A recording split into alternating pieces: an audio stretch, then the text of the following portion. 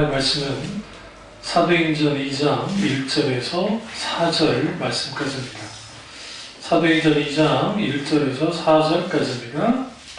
오순절날이 이미 이름에 그들이 다 같이 한 곳에 모였더니 호련히 하늘로부터 급하고 강한 바람 같은 소리가 있어 그들이 앉은 온 집에 가득하며 마치 불의 휘처럼 갈라지는 것들이 그들에게 보여 각 사람 위에 하나씩 임하여 있더니 그들이 성령이 충만함을 받고 성령이 말하심을 따라 다른 언어들로 말하기를 시작하니라. 아멘.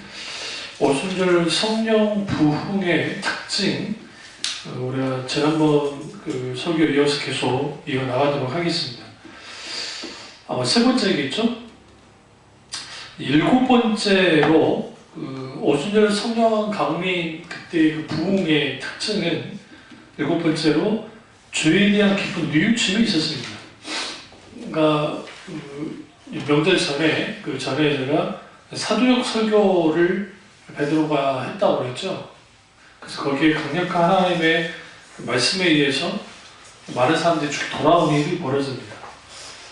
그리고 실제로 그것에 대한 결과물로 주에 대한 뉘우침이 생긴 거예요.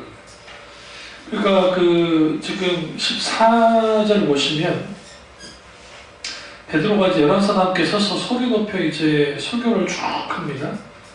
여기 쭉 우리가 이제 이 설교를 읽고 있으니까 이 설교가 그저 그런가 보다 하는데 사실은 이 내용을 쭉 보시면 좀 긴 설교예요. 그러니까 성경에서 설교가 나올 때에 이게 결코 짧은 내용이 아닙니다.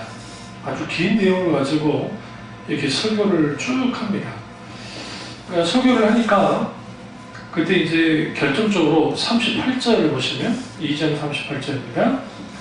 베드로가 이르되 너희가 회개하여 각각 예수 그리스도 이름으로 뭘 받고 세례를 받고 죄의 사함을 받으라. 그리하면 뭘 받는다? 성령의 선물을 받으리니. 근데 이제 여러분 성경에 가로 2로 돼 있죠. 보시면. 안 돼 있으세요? 가로 2. 성령의 선물을 다 앞에 있다. 가로 2 있지 않으세요? 있으시면 밑에를 쭉 보시면 뭐냐면 성령을 선물을 받으리니. 그러니까 우리가 이 성경을 읽을 때 성령의 선물을 받으리니 그러면 우리 어떻게 이해해야 돼요? 성령께서 어떤 선물을 주시려는가 보다 라고 생각할 수 있죠. 그러나 사실은 이제 원래 원래적 의미를 들어가 보면 성령을 주신다는 거예요. 그러니까 성령을 선물로 받게 된다라는 말을 이제 사도 베드로가 이제 설교를 하고 있는 겁니다. 그러니까 여러분들이 성경을 읽으시다가 이 그러니까 가로 1, 2, 이쪽 각주 비슷한 건데 이런 각주 같은 걸 또 보시면 이게 이제 밑에 왜 이렇게 있냐면 하나는 소유격으로 할 수 있고 하나는 목적격으로 해석할 수 있으니까 그래요. 그러니까 헬라어는 우리 한글 성경과 한글만하고 달라가지고 한국말은 그냥 이렇게 단정하면 단정하면 끝나요. 근데 이제 잘 들으셔야 되는 게 고대 언어일수록 어떤 이렇게 확 완료의 의미가 그렇게 많지 않아요. 왜 그러냐면 언어가 발전하면서 이 완료의 언어가 나오는 거예요. 그래서 성경을 기록한 게 헬라어니까 그때 이제 이 소유격으로 쓰든 목적격으로 쓰든 그렇게 이제 해석이 가능한 경우가 굉장히 많습니다. 그래서 소위 원어 가지고 설교를 하신다고 하는 사람들이 있어요. 보시면 상당히 또 원어의 공부를 하긴 했는데 이분들이 어떤 큰 실수를 했냐면 문장의 문맥이 이렇게 쭉 흘러가고 있으면 그 문맥과 맞게 해석하는 게 당연하잖아요. 근데 이 사람들은 단어 하나 아니면 어떤 해석 하나에 가지고 이 모든 내용을 다 비틀어버려요. 그러니까 이제 원어 공부를 하고 막 성경을 깊이 알고자 한 사람들이 그런 데서 공부를 하다 보면 이상하게 흘러가 버려요. 성경을 그렇게 보면 안 돼요. 왜 그러냐면 아무리 원어가 아니라 뭐를 봐도 문맥을 따라서 봐야 돼요.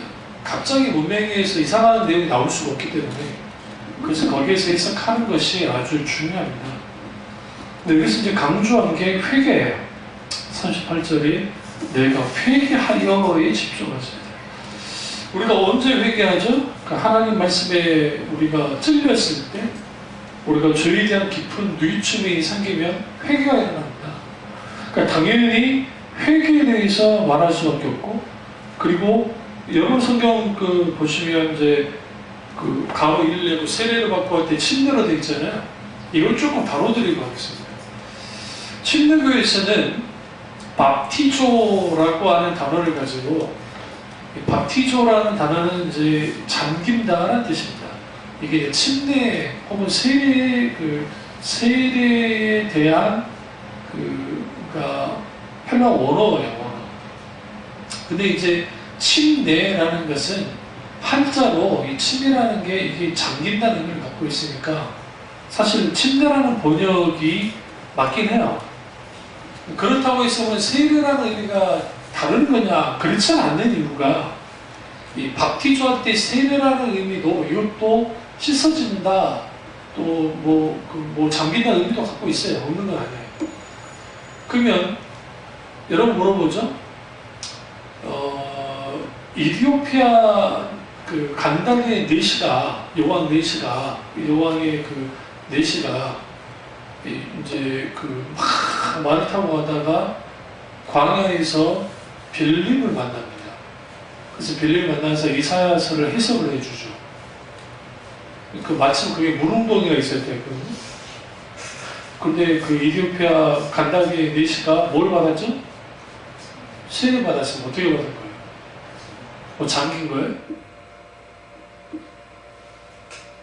그 물웅덩이는 이런 도랑 같은데 사람 다 들어갈 수 없어요, 몸이.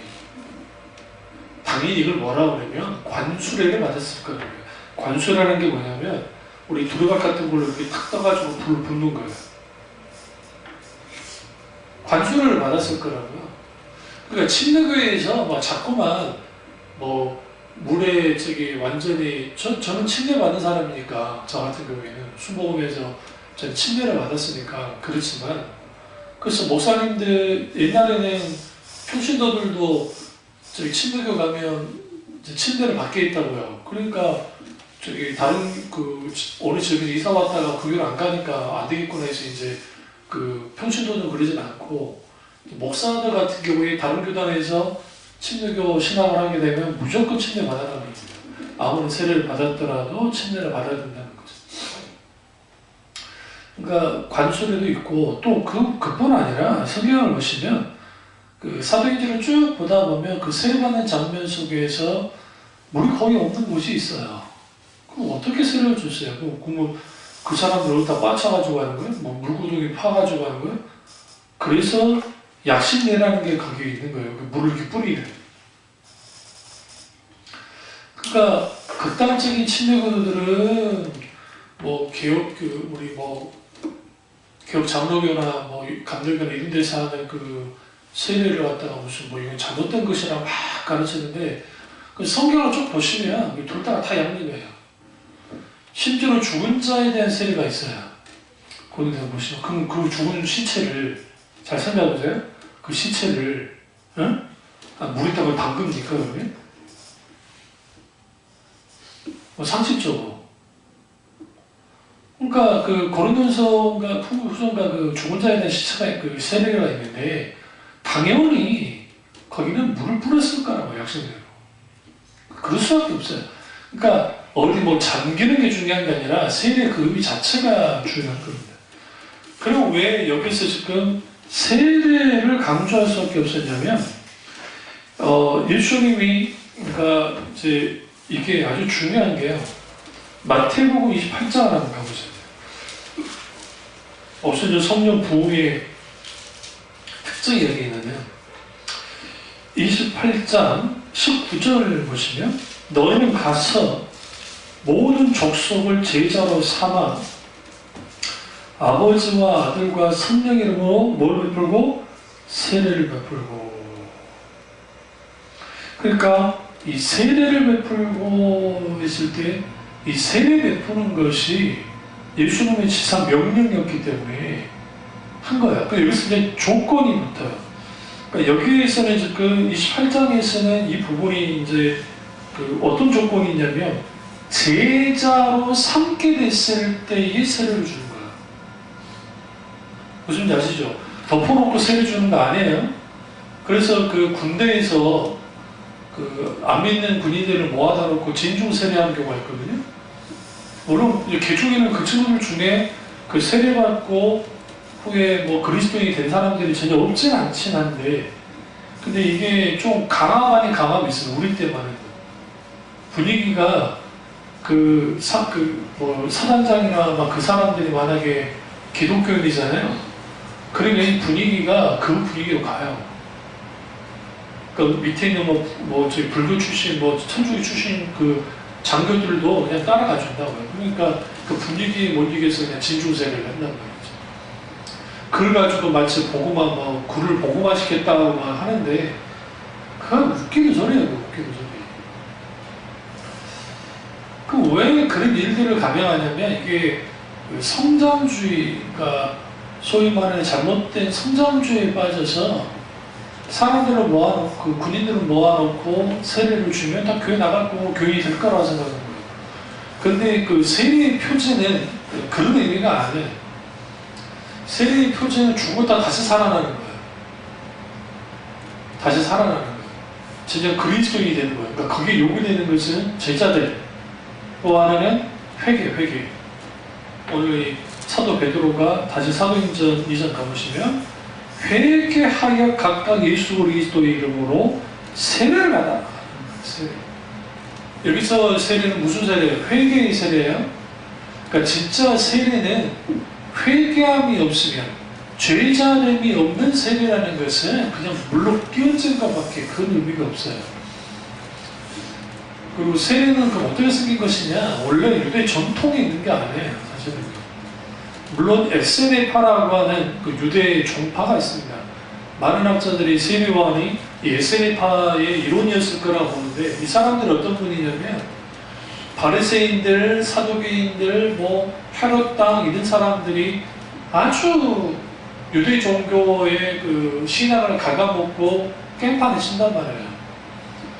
그러니까 바리새인들은 외식하면서 자기들은 신앙생활을 잘한다는 식으로 했지만 사실은 그게 아니라고 본 거예요. 그러니까 이 사람들이 어떻게 하느냐, 신앙의 순수성을 지키기 위해서 그들이 광야로, 사막으로 숨어 들어간 거예요. 그러면서 자기들만의 공동체를 만듭니다. 이게 이제 이걸 쿰만 공동체라고 하는데, 쿰만 지역의 공동체, 쿰만 사본이라는 게 나와요. 그게 이제 에세네파들이 필사한 사본이 남아있는 거예요.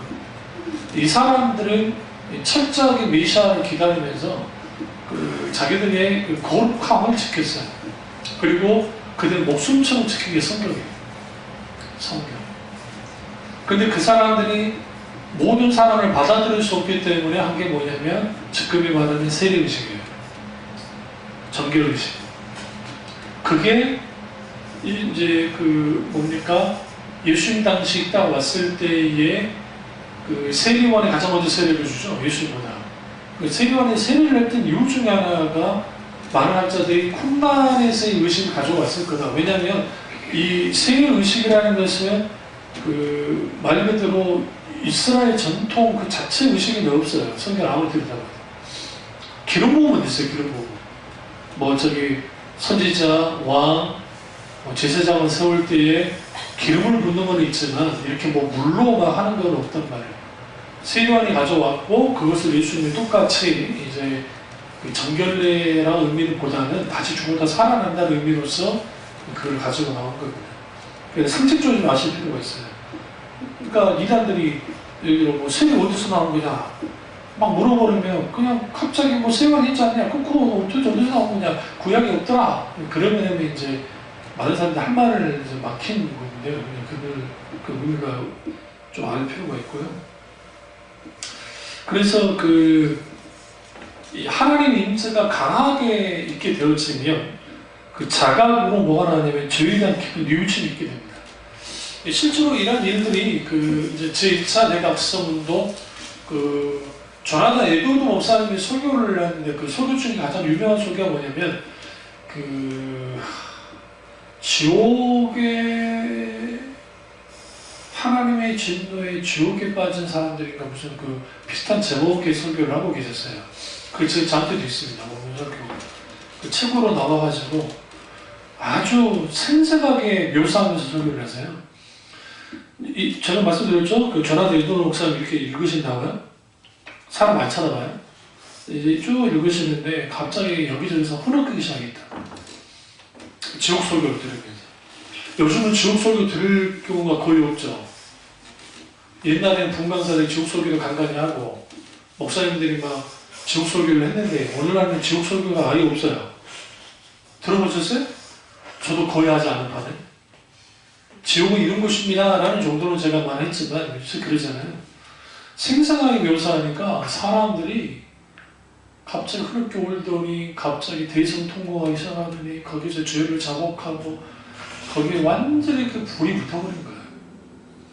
그러니까 하나님의 부흥이라는 그런 일이 벌어지고 또 그 평양 대부흥 때 원래는 이제 원산에서 가장 먼저 생겼어요. 그러니까 그 1903년에 원산에서 집회가 있다가 평양에 있는 장대교회에서 집회를 하게 됩니다. 그러니까 원래 불은 원산에서 이제 붙어요. 3년. 그러니까 그 1903년에 그리고 1907년에 이제 그 실질적인 산정교회에서 불이 완전히 붙는데 영적으로 그때 그 하지 선교사가 아주 오만했던 사람입니다. 그러니까 우리가 그 조선 왕조 말기에 들어왔던 선교사들이 그러지 않는 분도 있었지만 대다수가 그 인종적으로 백인들이기 때문에 우울의식 가져왔고 실제로 기록에 보면 어떤 기록이 있냐면 저것들은 그 똥을 먹는다 그랬다고요. 조선민족은 얼마나 야만인인지 똥을 먹는다. 그게 뭔가 했더니 된장. 색깔이 비슷하잖아요. 냄새도 막 매캐하고. 그러니까 똥을 먹는다. 이런 것들은 정말 개화를 시켜야 된다. 그러니까 그 중에 그놈들이 이제 일본하고 짝짝꿍이 돼가지고 그렇기 때문에 그 아시아의 문명국이 일본이 조선을 지배하는 것은 정당한 것이다 라고 하는 놈들이 많았어요. 그러니까 우리는 선교사들 중에 막 우리나라를 위해서 헌신한 선교사들만 들어보니까 그렇지 많은 수의 생각보다 많은 수의 선교사들이 그러니까 그 일제에 그러니까 동조하는 사람도 있었고 동조는 아니더라도 중립 중립을 지켰어요. 왜냐하면 자기들이 이제 쫓아내면도 소개 못하니까 그래서 했는데 상당수가 그러니까 친국이 있다 할지라도 일제히 뭐하는 일본 놈들에게 같이 한글랑 똑같아요. 그러지 않는 선교사님들이 이제 그 정말 한 거 있습니다. 목숨 걸고 한 거 하고 심지어 독립운동가들을 자기 집에 숨겨주기도 하고 막 그럴 때 자금도 되게 하시고 근데 이제 그 하지 선교사가 아주 오만한 사람이었어요. 근데 하나님의 은혜가 강하게 부어지니까 감당을 못하는 거예요. 그러면서 나와서 울면서 내가 조선 이 사람들을 돼지 취급하고 있고 막 했다 하면서 우니까 사람 따라 우는 거예요. 근데 이제 그때 당시 그 길손주 목사는 아직 아니시고 장로님이셨는데 장로님이 나오셔가지고 자기 친구 중에 아주 친한 친구가 있었어요. 근데 그분이 좀 부자였는데 그분이 어느 날 갑자기 급사를 해버렸어요. 미방인이 나왔죠. 미방인이 그 재산을 정리하기 쉽지 않잖아요. 갑자기 뭐 정신 놓고 하니까 이제 길손주 장로님이 도와주셨어요. 근데 이 양반이 그 미방이 모르게 상당수의 재산을 빼돌린 거예요. 이 장로님이. 어차피 친구는 죽었고 또 그 미방이 모르니까 두고두고 그게 마음에 찔렸었는데 그 집회하다가 울면서 내가 돈을 빼달렸다고 그리고 그 돈을 그대로 갚았어요. 후에 완전히 갚으셨어요. 그리고 이후에 이제 그분이 이제 목회자가 됐는데 그 외에도 별일이 다 일어났어요. 죄를 잡아가고 회개하고 그러니까 그 불길이 어디를 향하냐면 이제는 전체를 향하는데 놀랍게도 서울은 안 왔어요. 이게 아주 중요합니다. 그러니까 우리 생각에 대한민국 남쪽 나라 이쪽 사람들은 조선왕조라고 하는 유교 전통이 아주 강했습니다.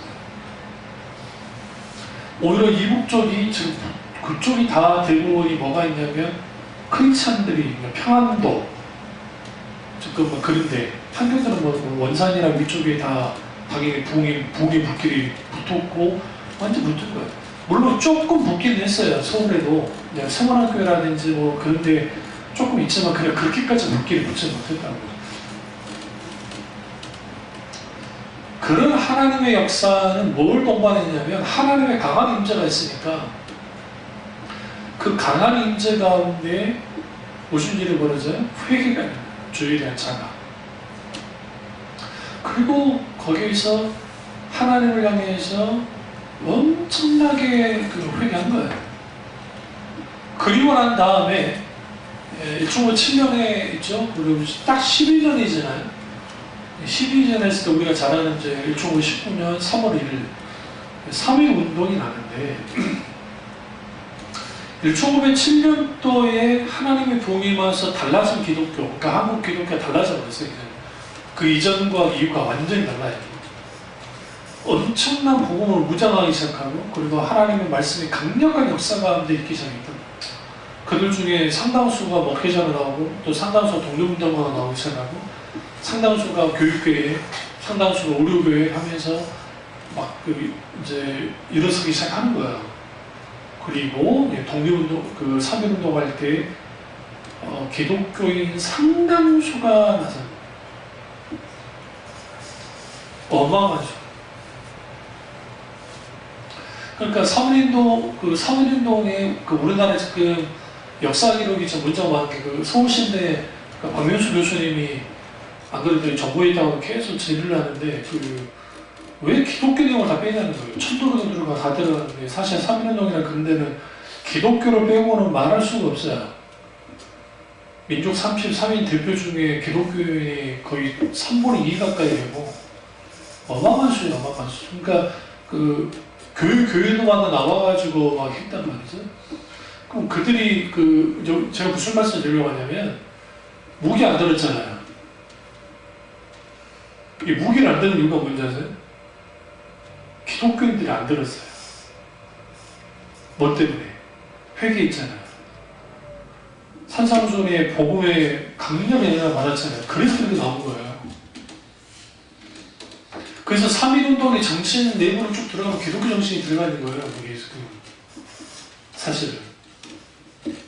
그러니까 그런 힘이 어디부터 왔느냐면 그 부흥이 하나님의 임재와 부흥 가운데 그런 일들이 벌어지고 또 민족을 계명하는 이런 모든 것들도 사실은 거기서부터 촉발이 되어집니다. 그러니까 그런 의미에서 그 인도네시아도 그렇고 인도에도 부흥이 일어났는데 좀 다른 게 있어요. 그러니까 우리나라와 그들이 좀 다른 게 뭐냐면 먼저 인도가 부흥을 경험합니다. 우리보다. 그래서 그 인도에 부흥이 일어났는데 이제 이게 물론 워낙 나라가 크기도 하지만 민족도 많고 그게 그렇게까지 막 영향을 끼치지 못해요. 솔직히. 오스왈드 스미스가 뭐라 했냐면 과거 위대한 부흥의 원자가 두드러져 나타나는 하나의 특징 곧 죄에 대한 깊고 참된 뉘우침이 있었다. 부흥의 통로를 가로막으며 하나님의 권능을 제식하는 오직 하나의 장애물이 있는데 그것은 죄악이다 라고 했습니다. 그러니까 하나님의 부흥을 막는 것도 죄악이에요. 그런데 또 그 죄악을 깨뜨리는 것도 부흥이에요. 그래서 죄가 인정되고 죄가 버려질 때 비로소 부흥은 시작된다라고 이제 오스왈드 J 스미스가 그렇게 말했습니다. 그래서 오순절날에 사도 베드로가 이렇게 설교를 막 합니다.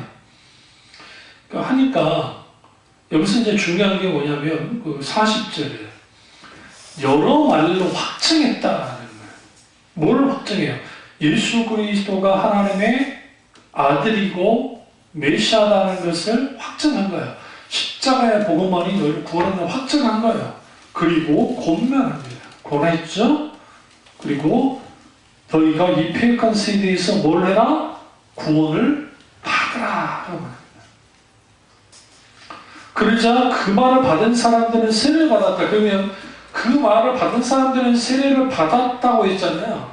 그러면 아까 전에 38절에 너희가 회개하여 각각 그리스도 예수의 이름으로 세례를 받아 했잖아요. 그러니까 이들이 그냥 말씀만 받는 게 아니라 뭔가 같이 일어나는 거예요. 그러니까 회개가 같이 일어난 상태에서 세례를 받는 거예요. 여기에서 이제 우리가 이제 뭐가 이제 문제되냐면 오늘날의 교회에는 학습 6개월하고 그 다음에 6개월 교육을 문답교육을 받아야 되잖아요. 그래야 이제 세례를 주잖아요. 근데 이제 친교나 수보 같은 경우, 특별히 수보 같은 경우에는 교회 동력에서 예수 믿겠다 하면 세례 줘요. 이 두 개를 이제 한쪽에서는 막 서로 경고해요. 성경이 언제 학습이 언제 나왔으며 문답이 언제 나왔냐? 예수 믿게 되면 예수 믿게 되었으면 세례 주는 거죠. 이게 성경적이다. 오늘은 성경적이에요. 왜냐면 말로 지금 나오니까. 근데 이제 문제는 뭐냐면 우리가 학습 문답, 세례 문답이 언제 생겼을 것 같아서 여러분 생각에 18세기, 19세기에 생겼을 것 같죠. 그러세요? 초등교도 안 됐어요. 초등교. 그러니까 1세기 지나고 난 다음에 사도들이 죽죠.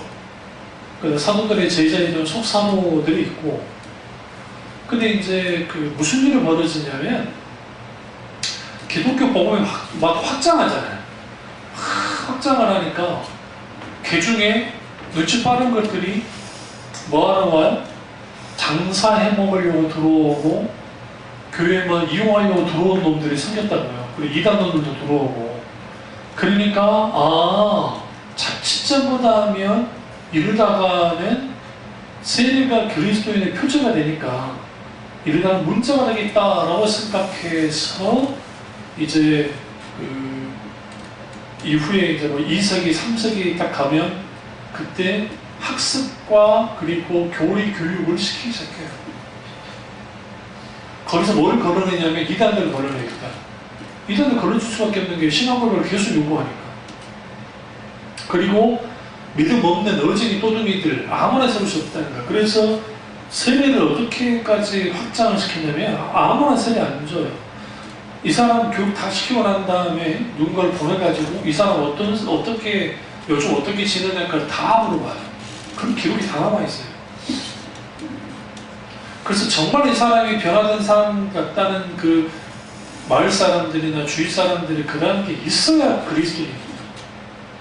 그러니까 초대교회 그리스도인이라는 것은 핍박을 감내하다는 의미도 있지만 또 하나는 그들의 삶과 인격까지 다 보고 세례를 줬다. 왜냐하면 그 시대는 핍박을 받는 시대이고 이단이 막 강력하게 공격하는 시대이기 때문에 그냥 내가 믿겠다고 하면서 무조건 세례를 줄 수 없는 상황이었다. 그것을 좀 더 확장시킨 게 이제 개혁주의자들, 종교교육이든 카르멘 선생님 이런 분들이 이걸 좀 더 구체화시키는 거예요. 그리고 그걸 더 한 게 청교도들이죠. 청교도들이 더 하는 거죠.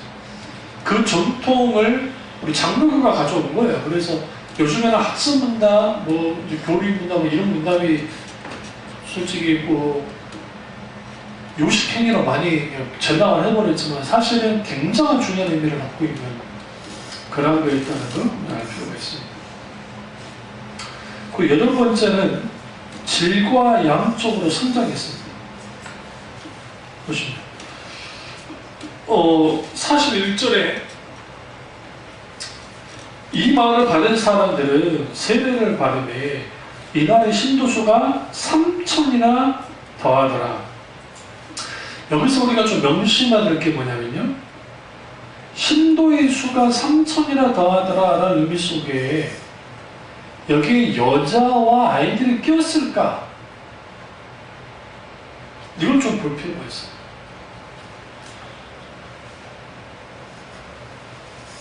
안 꼈습니다. 어떻게 할 수 있냐면 아직까지도 1세기 당시에는 여자나 아이들은 수에 넣지를 않아요. 그러면 이들은 누구예요? 남자야. 여러분, 남자 3,000명이 회개하고 돌이켰다는 게 왜 이렇게 중요하냐면, 그들이 집으로 돌아가면 다 뭐예요? 아들이고 아니면 가장이잖아요. 가장이 그리스도인이 되는 순간 무슨 일이 벌어지냐면, 그 가족 전체가 유대교에서 뭐로? 그리스도, 그러니까 예수 공동체로 개종하는 게 이게 일반화돼요, 사실. 그 파급력이라는 게 3,000명만 생각하면 안 되고, 예를 들어 그 4인 가족이라 할때라도 그러잖아요. 3, 4, 12, 12만 명이 동시에 다 돌아오는 거예요. 12,000명인가요? 12,000명. 그러니까 12,000명. 3, 4, 12 맞죠? 12,000명. 그럼 여기는 우리야 지금 애들이 없지만 그 당시에는 애를 줄줄이 낳잖아요. 빨리 많이 죽으니까 수가 더 많을 것이고, 또 한 남자가 개종했으면 거기에 이제 그 사람의 영향력에 따라서 또 완전히 달라질 것이고, 그러다 보면 우리가 알듯이 그 사학자들이 그 1세기 당시 그러면 예루살렘, 그 당시 예루살렘에 약 12만 명이 있었습니다. 그러니까 그게 지금 올드시티뿐만 아니라 전체적으로 봤을 때 약 12만 명인데, 이제 사실상 거기에 거주한 사람들은 4, 5만밖에 안 돼요. 그리고 거의 북적북적한 도시였기 때문에 외국에서 들어온 사람들이 굉장히 많단 말이에요. 그러니까 12만 명인데, 그러면 여기에서 3,000명, 혹은 또 5,000명이 됐다는 수는 이건 어마어마한 수인 거예요. 이게. 그러니까 우리 지금 생각하면 안 돼요. 이 3,000명의 수는 오늘날 우리 시대에 한 300만이라 봐도 과언이 아닐 정도로 수가 폭발적으로 늘어나는 겁니다. 그렇기 때문에 뭐가 필요했어요? 당연히 헌금이 필요하죠. 왜 헌금이 필요하냐면, 이 나라 사람들 어떻게 먹일 거예요? 이 사람들이 주로 오순절, 6월절과 오순절 절기를 지키려고 온 소아시아에서 아니면 유대의 팔레스타인 근교에서 온 사람들일 텐데, 근데 이 사람들이 먹고 자고 뭐 할 게 필요해요. 이제는 즉각 돌아가질 않으니까. 그럼 이들이 세례 받았으니까 이제 누구 동네로 가 그럴 거예요? 그럴 수 없잖아요. 왜? 그들에게 말씀 교육을 시켜줄 거 아니에요. 그리고 돌려보내야 되니까. 그러면 돌려보내기 위한 기간이 필요해요. 이들은 말씀으로 충분히 합력시키고 그 다음에 돌려보내야 되니까. 그러니까 바나바 같은 부자가 자기 전 재산을 내놓은 거예요. 정말 위대한 겁니다. 그게 한두 명이 그런 게 아니에요, 사실은요. 그래서 우리 잘 아는 거짓말로 내어놨던 아나니아와 삽비라 같은 사람들이 왜 내어놨느냐? 바나바 같은 부자가 어쩌다 한 명이 막 그렇게 한 게 아니라, 부자 중에 상당수가 그렇게 하나님 앞에 헌신하는 사람들이 많으니까 자기들도 해야지 하고 한 거예요. 처음에 여러분 의도는 해야지고 했는데 이게 욕심이 있으니까, 그리고 자기들이 높여지라는 마음을 하니까 그냥 전재산 하지 않고 일본만 팔아서 전재산 한 것처럼 했단 말이에요. 그래서 성령이 교회의 거룩함을 위해서 그들을 친 거죠. 혹자 이렇게 말합니다. 그러면 아나니아와 삽비라 지옥 갔을까요? 아니면 천국 갔을까요? 이거 어떻게 생각하세요?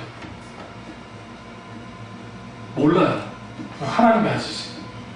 근데 함부로 그 사람들한테 지옥 갔다고 하면 안 되고, 그렇다고 천국 갔다고 하면 안 돼. 하나님이 판단하셔야 돼요. 분명한 문제는 뭐냐면 그들이 교회의 거룩함을 해체를 했다는 거예요. 그러니까 하나님은 그걸 가만둘 수 없어요. 우리 엘칸나 배우셨죠? 하나님이 질투의 하나님, 질투하시는 열심히 하나님 거룩의 열심을 위해서 하나님을 죽인 거예요.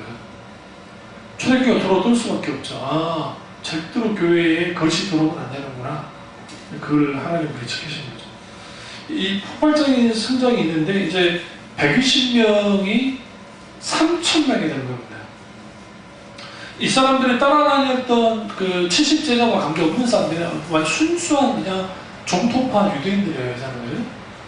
120명에서 3,000명까지 늘어났다. 이게 26배 증가합니다. 그리고 학자들이, 그러면 스테반이 순교당하고 이제 사도 바울이 이제 완전 변화되기 전에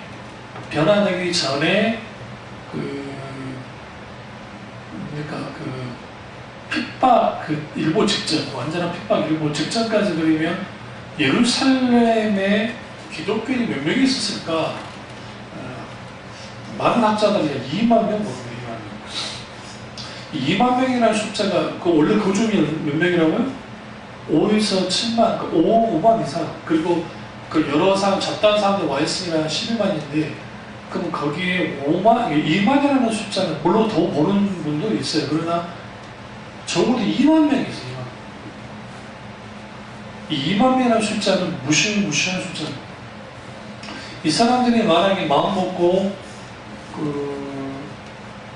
저기 현재 바리새인들 여러분 생각보다 숫자가 많지 않습니다. 바리새인들 사두개인들은 더 적고요. 이 사람들이 그룹을 모여가지고 이들이 똘똘 뭉쳐가지고 만약에 유대교, 그러니까 로마를 한다는 게 아니라 로마는 뭐 어차피 군인도 있으니까 할 수는 없고 저 유대의 핵심이라고 할 수 있는 그들을 꽤 부실 수도 있었을 거예요.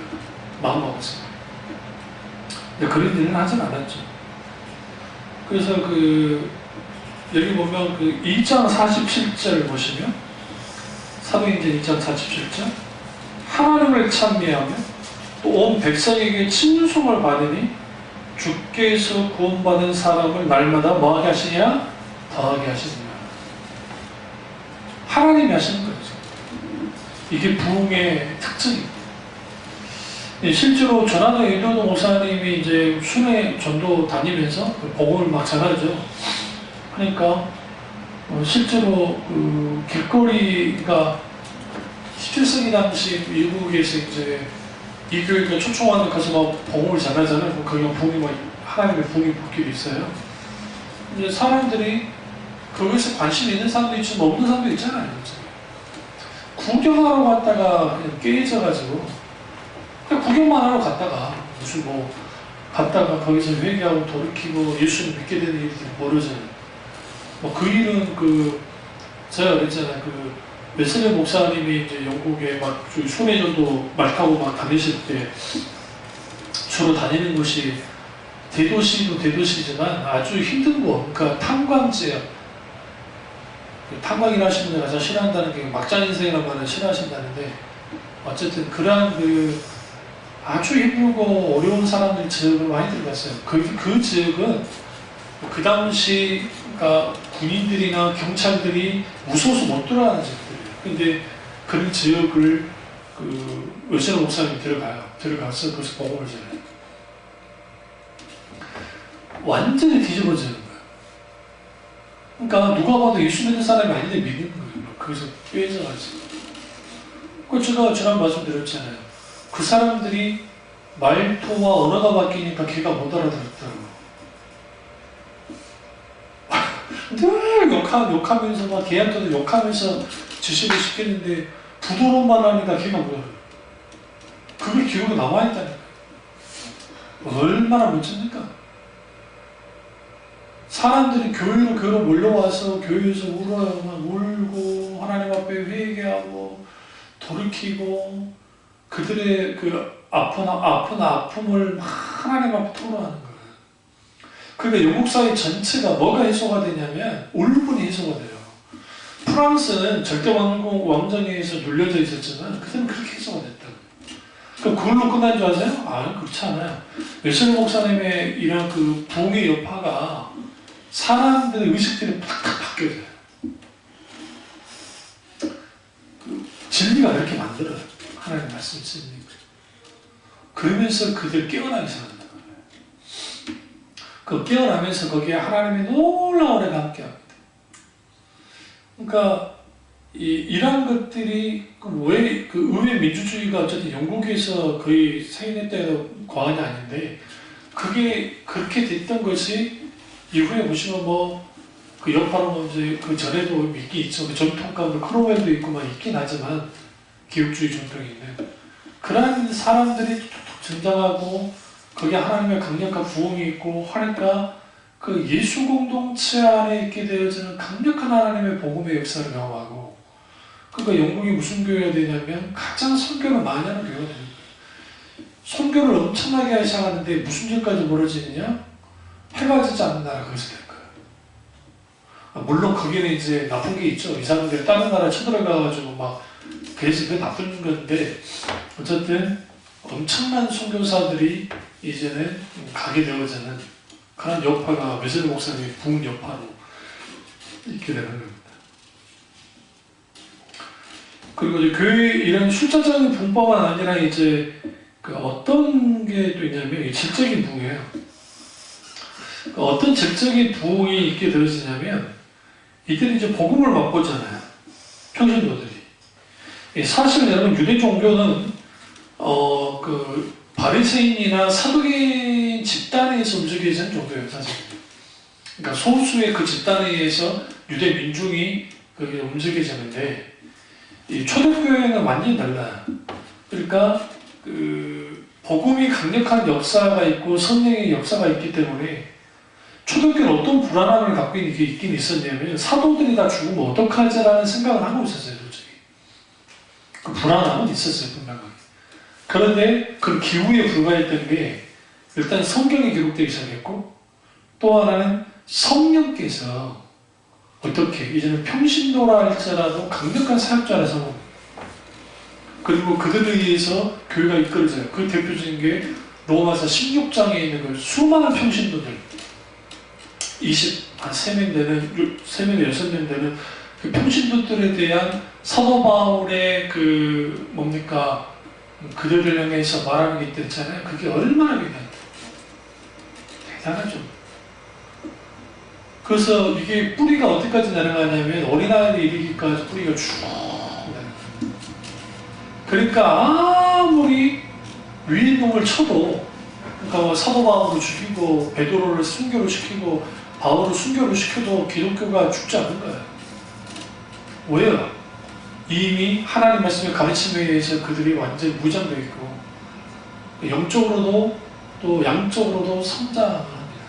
그런데 그게 성장하다가 누구에게 저지되냐면 사도 바울에게 저지되는 거예요. 그래서 사도 바울이 그 바울이 되기 전에 그러니까 그가 이제 회심하기 전에 아주 막 멸절을 시키더라고요. 그래서 우리는 이제 성공당하 보니까 그러는데 일세기 기록에 보시면 생각보다 많은 수가 유대 종교로 돌아가요.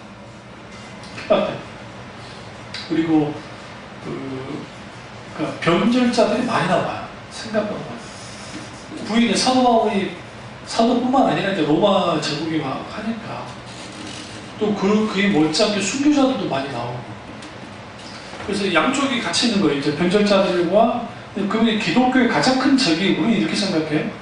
기독교의 가장 큰 적이 로마나 네로나 뭐 그런 사람이라 생각하는 큰 적이긴 한데 더 큰 적이 누구냐? 교회에 발 담갔던 세력들이에요. 그 세력들이 이단이 돼서 마르시온이라든지 그 다음에 영지주의라든지 이런 자들이 기독교를 완전히 막 공격합니다. 이단들 하면서 무슨 일을 벌이냐면 교회의 근간을 뿌리치고 이게 사탄이 하는 짓인데 거기와 동시에 이제 벨교에 있던 사람들이 철저한 기독교를 핍박하는 존재들로 바뀌어져서 그렇게 되는 거예요. 그래서 그 사회생활하면서 가장 어떤 사람들이 그 예수 믿는 사람들이 핍박을 하냐면 소위 설립계 교회를 다니거나 교회를 다녔을까라는 사람들, 교회 마찬가지잖아. 그래서 술을 건넬 때 나도 집사야, 인마, 나도 장로야, 뭐 한 잔 만들게 뭐 어떠냐 그런 식으로. 그걸 통해서 이제 뭘 막냐면 사탄은 신앙의 진정성을 깨뜨리고 그 지적이고 양적인 것들을 깨뜨려. 그래서 우리가 이게 아셔야 되는 게 양쪽으로 성장하면 좋긴 한데 어떤 이제 부작용이 나냐면요. 그 전체를 관리할 수 없잖아요. 좀 일일이 어떻게 할 수가 없잖아요. 그러면 그 안에 분란이 나요. 그래서 이제 구제 문제 때문에 분란도 나고 막 하잖아요. 그뿐만 아니라 그 공동체 안에 막 별별 사람들이 생기니까 이제는 그 안에 인간적인 그 그런 요소들이 막 나와요. 그러니까 이제 무슨 일이 벌어지냐? 불이 꺼져요. 이게 이제 다 공통적인 일이라고 그래요. 그러니까 제1차 대각성도 강력하게 휩쓸어요. 지금 미국 동부지역, 예를 들어 동부지역을 휩쓸고 하는데 미국 전역을 휩쓸지는 못했어요, 사실. 그러니까 그 서부 지역 있죠? 지금 뭐 뉴욕이 아니라 저기 LA라든지 지금 캘리포니아 그쪽 쪽이 동성애가 그렇게 막 강하고 막 그럴 수밖에 없는 게 그쪽은 그 조나나 에드워드의 강력한 대부분의 영향을 안 받았대요. 지금 그쪽을 거부하는 지역들의 대부분이 뭐냐면 그 부흥이 휩쓸었던 지역이 지금도 근데 그 사람이 다 공화당이에요. 지금 미국의 공화당들이 그게 그러니까 그런 것들이 이제 있죠. 한계가 있다는 거예요. 우리도 마찬가지죠. 우리도 평양 대공이 일어났지만 우리 민족 전체를 뒤집지 못했어요. 어떤 면에서는 뒤집었지만 좀 더 깊이 들어가 보면 한양도서 영향을 전혀 받지 않는 건 아니지만 그러나 아직도 유교에 묶여있고 있던 이들이 잘 깨지진 않았고 오히려 민족이 아픔이 생겨서 그러니까 유교 전쟁이라든지 막 그런 게 생겨서 오히려 복음이 확산되고 그런 경우가 예루살렘도 똑같아요. 예루살렘도 부흥이 막 넘쳐나가지고 2만 명이 늘어났잖아요. 그래서 자기들끼리 막 그러고 있으면 흩어지게 생각을 안 해요. 예수님이 뭐라 했어요? 너희가 온 유대와 사마리아와 땅끝까지 다 내 몸에 증이 들어있는데 자기들끼리 좋아가지고 그러니까 하나님의 부흥이 나타나면 숫자가 늘어나면 우리끼리 좋아서 우리끼리 있어요. 그럼 하나님은 뭐하냐? 흩어버려요. 왜 흩어지냐? 복음 확산합니다. 그 일을 누가 했느냐? 바울이 한 거예요. 바울이. 변화되기 전에 바울이. 그 핍박에서 사람들이 흩어집니다. 확 흩어지면서 심지어 어디까지 들어가느냐? 이디오피아까지 가는 거예요. 이디오피아. 지금 이디오피아가 기독교인이 있는 이유가 그 때문인 겁니다. 1세기 그러니까 예수님 당시, 그러니까 사도 바울 당시 핍박을 받고 그들이 상당수가 이집트나 이디오피아로 도망쳐요. 그리고 그 이디오피아 콥티 기독교가, 그러니까 이디오피아도 콥티 기독교예요. 콥티 기독교 그리고 이집트의 콥티 기독교의 원류를 쭉 올라가 보면 그 사도 바울이 핍박할 때 당시 그리고 AD 70년에 이스라엘 멸망할 때 도망쳤던 그리스도인들이 이제 이집트나 이디오피아로 갔기 때문에 그 뿌리가 남아서 지금도 오는 거예요. 물론 이 사람들이 지금 정상적인 기독교인이 아니고 이 사람들은 완전히 미신과 그 짬뽕된 기독교인을 합니다. 그래서 문제가 많긴 하지만 어쨌든 그 뿌리 원리로 올라가다 보면 그게 되는 거예요. 이걸 디아스포라 기독교인이라는 표현을 씁니다. 흩어진 기독교인들. 그러니까 그 흩어지게 하는 거 하나님이. 흩어서 뭐 하느냐? 복음의 확산을 가져오게 합니다. 그래서 우리가 그 질적인 부흥, 양적인 부흥이 같이 갔던 게 오순절 성령 부흥의 역사였다는 걸 알 수 있고 그 다음에 9번째는 거룩한 단순성과 새로운 삶이 있게 됐어요. 그 단순성에 대해서 좀 집중할 필요가 있는데요.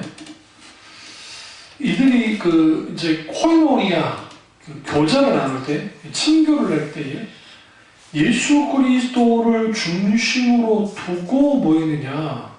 그들이 교제를 나눴어요. 그러니까 오늘날의 교인들도 이제 교회들마다 그 시설을 얼마나 잘해놨냐면 커피숍이 없는 교회가 없지 않아요.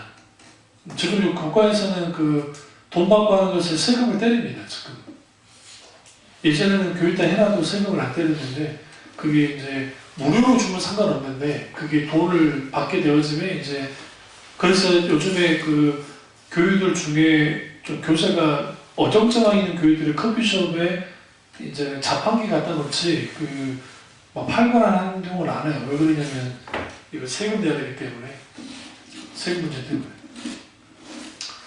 근데 그럼 그 교제가 좋아서 교회 나오는데 김병사 목사님 말 맞다나 만남교회가 워낙 크잖아요. 그러니까 시설 너무 좋죠. 왜냐면 거기 커피숍 말할 것도 없고 사람들이 와가지고 자모교실, 또 그 할머니, 할아버지들 뭐 할 수 있는 그런 프로그램 교회에서 다 해주거든요.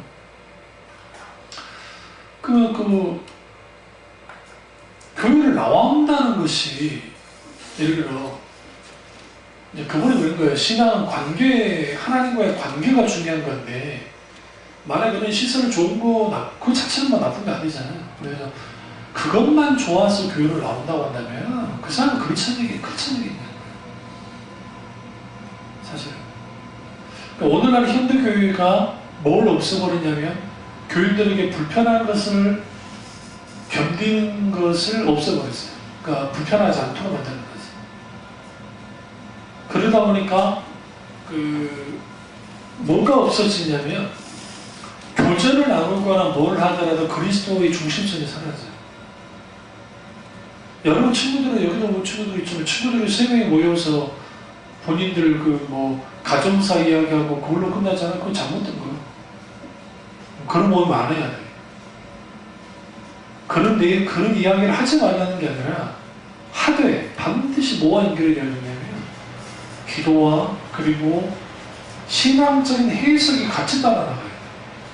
이 부분은 하나님이 이렇게 하신 것 같고, 그리고 본인들 은혜 받은 말씀들이 있으면 그 은혜 받은 말씀을 나누는 장으로서 연장선상에서 가정사 이야기가 나와야지, 주로가 가정사 이야기고 뭐 어떤 이야기고 그 다음에 어떤 하나님의 말씀의 자리도 없어. 그러면 그거는 뭐냐면 세상 사람들이 만나서 하는 이야기와 똑같아.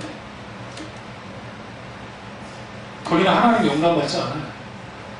그래서 성경에서 말하는 교제, 성도의 교제할 때의 교제는 철저하게 그리스도가 중심이 됩니다.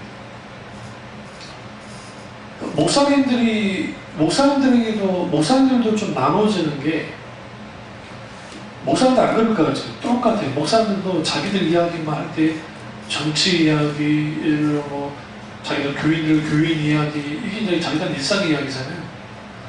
근데 어떤 말씀에 은혜 받은 이야기 하는 분들은 그렇게 많지 않아요. 이게 아주 조심스러운 거예요, 목사님은. 그게 위험한 거예요. 그러니까 목사님도 우리 전표 목사님이랑 다 친한 이유가, 이야기를 하다 보면 이 부분에 은혜가 있더라고요. 그래서 이제 쭉 나눈 경우가 있어요. 같이 나누는. 그러니까 그런 나눔이 기본적인 교제예요. 초등교는 그랬다고요. 그리고 그래야만 해요. 근데 오늘날의 교인들이 설교 듣고 딱 나오면 그런 교제가 사라져요.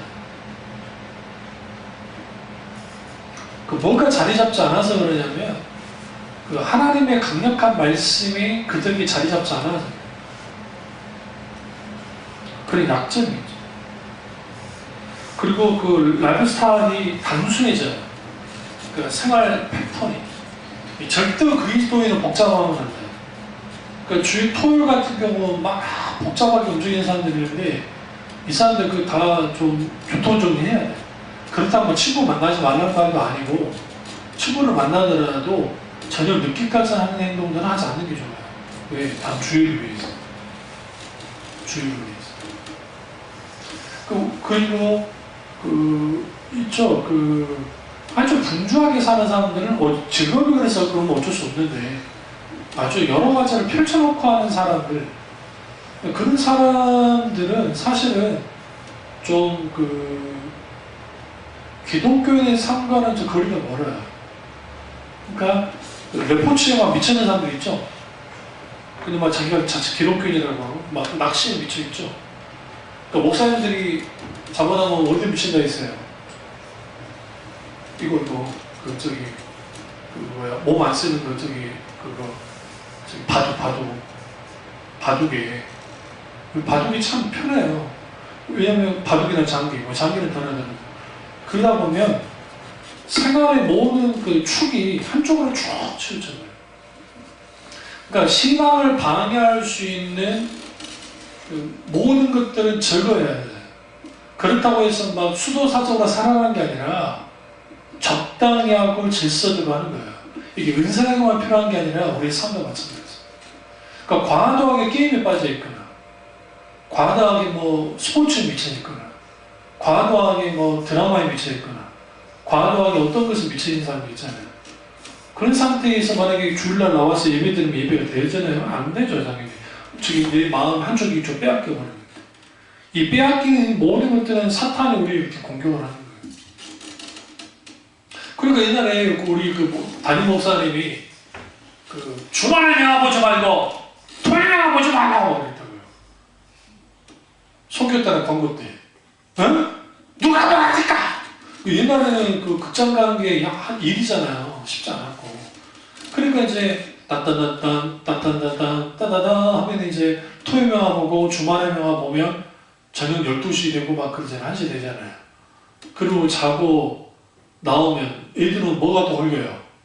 8시에 마리모이, 태권부이, 마루차같이 아침 8시에 만화영화를 한단 말이에요. 그 기독교에서, 여러분, 그 당시 기독교에서 저기 그거 바꿔달라고 얼마나 저기 했는데, 근데 MBC가 꾸역꾸역 했어요. MBC는 철저하게 불교였기 때문에. 거기 보시면. 왜? 교회학교 아이들이 그거 본다고 듣는다. 저도 몇 번도 있었어요. 우리 어머니 모르게. 어머니가 교사님이 먼저 가요. 그러면 만화를 몰래 봐. 쫙 켜놓고. 교회 안 가. 볼 때까지 봐. 끝날 때까지. 그러니까 언제 기어 들어가냐면 9시에 예배 드리거든요. 그러면 9시 반쯤에 기어서 내가 생각하던 참 미친놈이지. 문 몰래 쭉 열어가지고요. 내일 밤까지 가야 되니까. 그러면 장의자가 있으면 장의자가 포목해서 들어가요. 왜? 엄마한테 걸리면 뒤지니까. 그래서 몰래. 그럼 이제 그때 며칠 동안 전도사님이 딱 잡아서 예배 시간이니까 뭘 할 수는 없고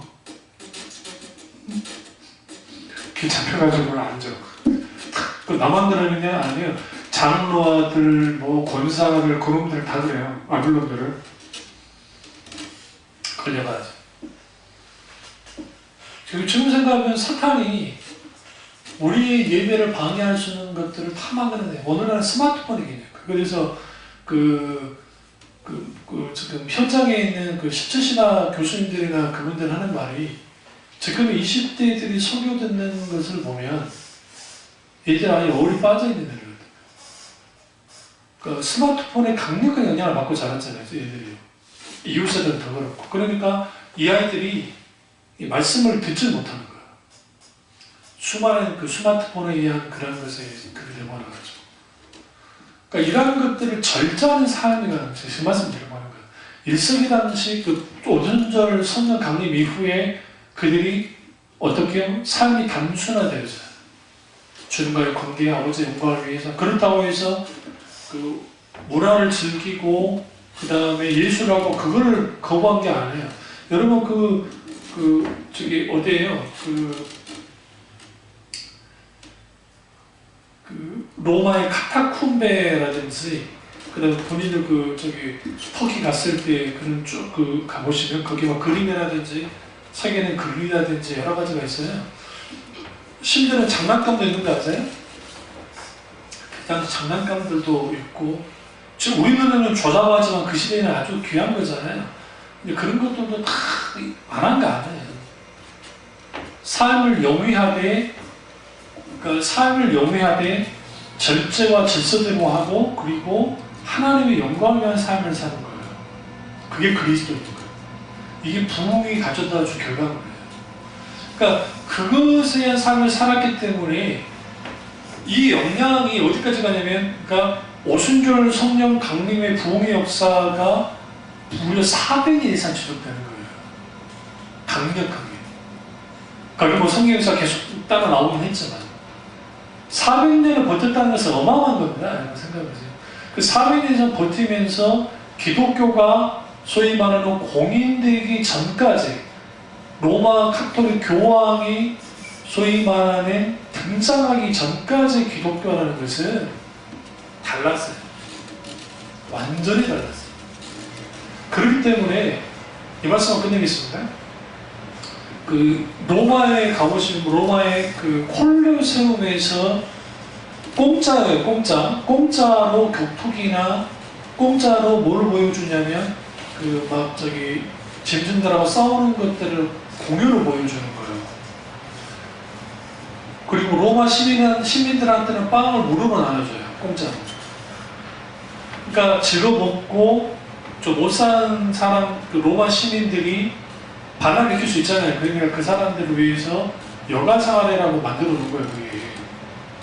그리고 노예라도 못 보느냐 그렇진 않고 노예 그룹들은 쫙 위에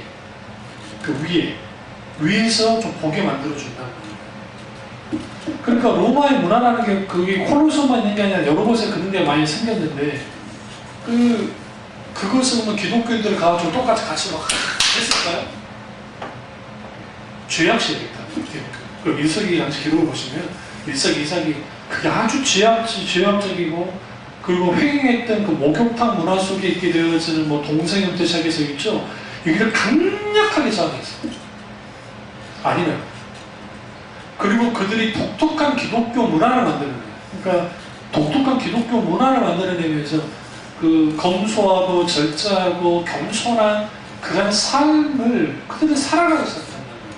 살아가니까 무슨 일이 벌어지냐면 로마인들이나 이방인들이 기독교를 보는 시선이 달라지기 시작합니다. 이게 결정적으로 기독교가 로마 제국을 꺾게 되어지는 배경이에요. 또 그 힘이 어디로부터 왔느냐? 부흥입니다. 하나님의 부흥. 이처럼 우리 교회도 노란 하나님의 부흥의 역사가 함께하기를 주님으로 축원합니다. 기도하겠습니다. 잠깐 기도하실 때 오늘 이 말씀이